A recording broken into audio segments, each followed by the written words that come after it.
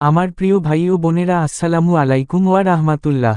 আজকে আমরা আলোচনা করব বেবিদের সাথে কেমন আচরণ করা উচিত যাতে করে আমাদের জীবনটা সুন্দর এবং ভালোভাবে কাটে। তো চলুন বেশি কথা না বলে এই বিষয়ে কিছু জেনে নেওয়া যাক। নবীজি সাল্লাল্লাহু আলাইহি ওয়াসাল্লাম এর জীবন থেকে আমরা শিখি যে বিবিদের স্ত্রীদের সাথে উত্তম আচরণ করা এবং ভালোবাসা প্রকাশ করা সুন্নত। এখানে বিবির সাথে সম্পর্কিত কিছু গুরুত্বপূর্ণ সুন্নত উল্লেখ করা হলো। স্ত্রীর সাথে আচরণের সুন্নত। ভালো ব্যবহার করা।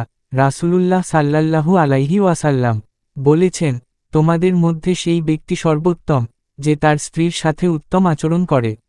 ভালোবাসা প্রকাশ করা। স্ত্রীকে ভালোবাসা এবং তা কথায় ও কাজে প্রকাশ করা। স্ত্রীর প্রতি সহানুভূতিশীল হওয়া, তার অনুভূতি ও সমস্যাগুলো গুরুত্বের সঙ্গে শোনা এবং সহমর্মিতা দেখানো। মিষ্টি ভাষায় কথা বলা। স্ত্রীর সঙ্গে কোমল ও আদরভরা ভাষায় কথা বলা। রোমান্টিকতা বজায় রাখা। নবীজি সাল্লাল্লাহু আলাইহি ওয়াসাল্লাম তার স্ত্রীদের সঙ্গে দৌড় প্রতিযোগিতা করতেন, কখনো তিনি জিততেন, কখনো আম্মি জান আয়েশা। একসঙ্গে খাওয়া। নবীজি সাল্লাল্লাহু আলাইহি ওয়াসাল্লাম স্ত্রীর সঙ্গে বসে খেতেন এবং মাঝে মাঝে একই পাত্র থেকে খেতেন। স্ত্রীর মুখে খাবার তুলে দেওয়া।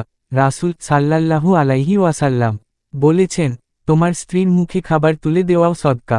পরিচ্ছন্নতা বজায় রাখা। স্ত্রীর জন্য সুগন্ধি ব্যবহার করা এবং পরিপাটি থাকা। স্ত্রীর সাথে সময় কাটানো। নবীজি সাল্লাল্লাহু আলাইহি ওয়াসাল্লাম তার স্ত্রীদের সঙ্গে গল্প করতেন, হাসতেন এবং তাদের সময় দিতেন। স্ত্রীর প্রশংসা করা। স্ত্রীর গুণের প্রশংসা করা এবং উৎসাহ দেওয়া। স্ত্রীর অধিকারের প্রতি যত্নশীল হওয়ার সুন্নত। মার আদায় করা।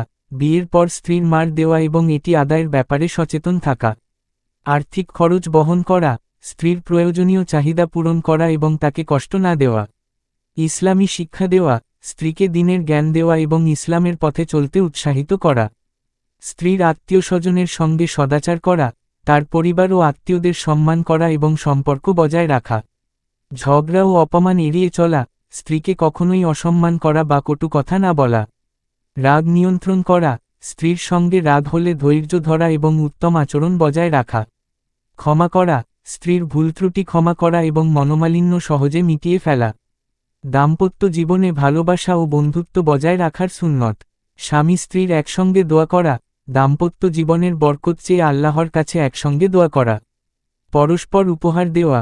নবীজি সাল্লাল্লাহু আলাইহি ওয়াসাল্লাম বলেছেন, উপহার আদান প্রদান করো, কারণ এটি ভালোবাসা বাড়ায়। রাতে একসঙ্গে ঘুমানো। একসঙ্গে ঘুমানোর আগে দোয়া করা এবং একে অপরের পাশে থাকা। স্ত্রীর প্রতি কৃতজ্ঞতা প্রকাশ করা। তার যত্ন, সেবা এবং ভালোবাসার প্রতি কৃতজ্ঞ হওয়া। স্ত্রীর মানসিক অবস্থা বোঝা। নবীজি সাল্লাল্লাহু আলাইহি ওয়াসাল্লাম আয়েশা রাদিয়াল্লাহু তাআলা আনহা এর মনের অবস্থা তার চোখ দেখে বুঝতে পারতেন, এটি ছিল ভালোবাসার নিদর্শন। সন্তানদের লালন পালনে সহযোগিতা করা।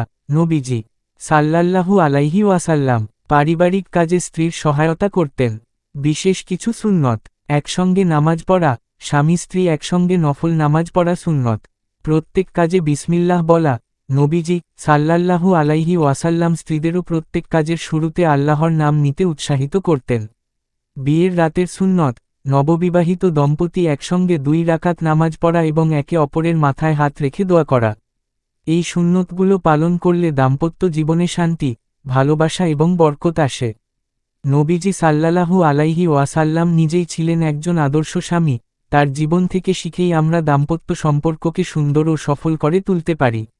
আমার প্রিয় ভাই ও বোনেরা, আশা করি ভিডিওটি আপনাদের ভালো লেগেছে। ভালো লাগলে আমাদের সাথেই থাকুন। আবার দেখা হবে অন্য কোন ভিডিওই। আসসালামু আলাইকুম ওয়া রাহমাতুল্লাহ।